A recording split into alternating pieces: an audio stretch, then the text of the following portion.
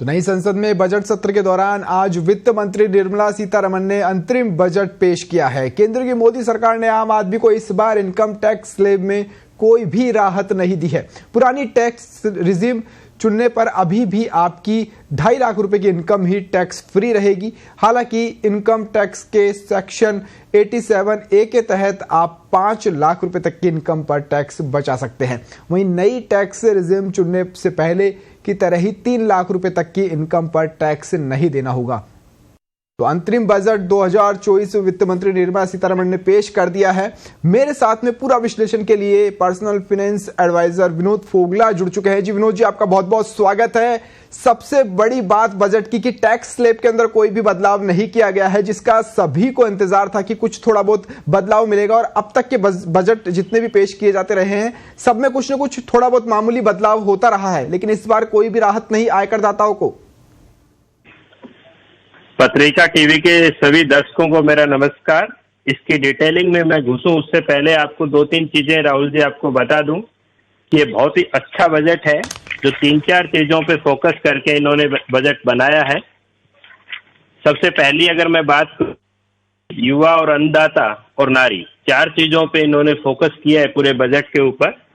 और tax ITR की जो फाइल है पर्सनल इनकम टैक्स में, होपफुली शायद जुलाई में चेंजेस हो, क्योंकि टैक्स पेयर के एफर्ट्स को वित्त मंत्री साहिबा ने रिकॉग्नाइज किया है। इनकम टैक्स में डेफिनेटली कोई बदलाव नहीं हुआ है, लेकिन ये नॉलेज इकोनॉमी की तरफ जा रहे हैं धीरे धीरे। तो ओवरऑल बैलेंस बजट है। इसमें जो अच्छी बात है, वो सबसे अच्छी बात ये है कि कैपिटल एक्सपेंडिचर का जो आंकड़ा है वो 11.5 लाख करोड़ के आसपास अनुमानित था, उससे भी बढ़ के, जो कि पिछले 35 सालों का हाईएस्ट है, 11.11 लाख करोड़ का बजट रखा है, जो कि बहुत ही अच्छा बजट है। आपको याद होगा कि 1971 से 2005 तक इंडिया का कैपेक्स जो है कैपिटल एक्सपेंडिचर, वो करीबन 35 साल का 10 लाख करोड़ था। पिछले 5 सालों में 2.5 से 3 गुना बढ़ गया है। और इससे बढ़ने से होता क्या है कि इंफ्रास्ट्रक्चर बढ़ता है, कैपिटल प्रोजेक्ट्स बढ़ते हैं, कोई भी एडवर्स ग्लोबल सिचुएशन होती है उससे गवर्नमेंट को डील करने में फायदा होता है, प्राइवेट इन्वेस्टमेंट बढ़ता है, ग्रोथ पोटेंशियल बढ़ती है, और इंफ्रास्ट्रक्चर जो इंक्रीज होता है उससे प्रोडक्टिविटी बढ़ती है। रियल एस्टेट सेक्टर जब ग्रो करता है तो नई डिमांड क्रिएट होती है, कॉमर्शियल, इंडस्ट्रियल और लॉजिस्टिक सेक्टर में भी इसमें फायदा होता है।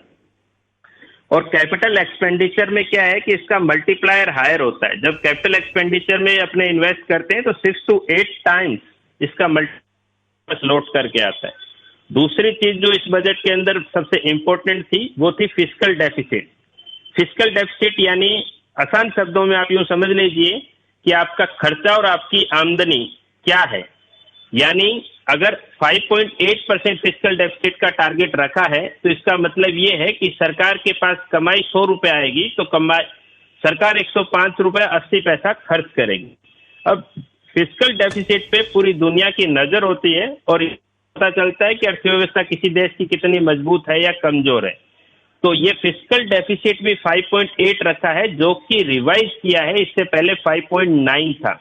और 2024-25 का फिस्कल डेफिसिट जो उम्मीद की जा रही थी कि 5.2 होगा, उसकी बजाय 5.1 रखा है।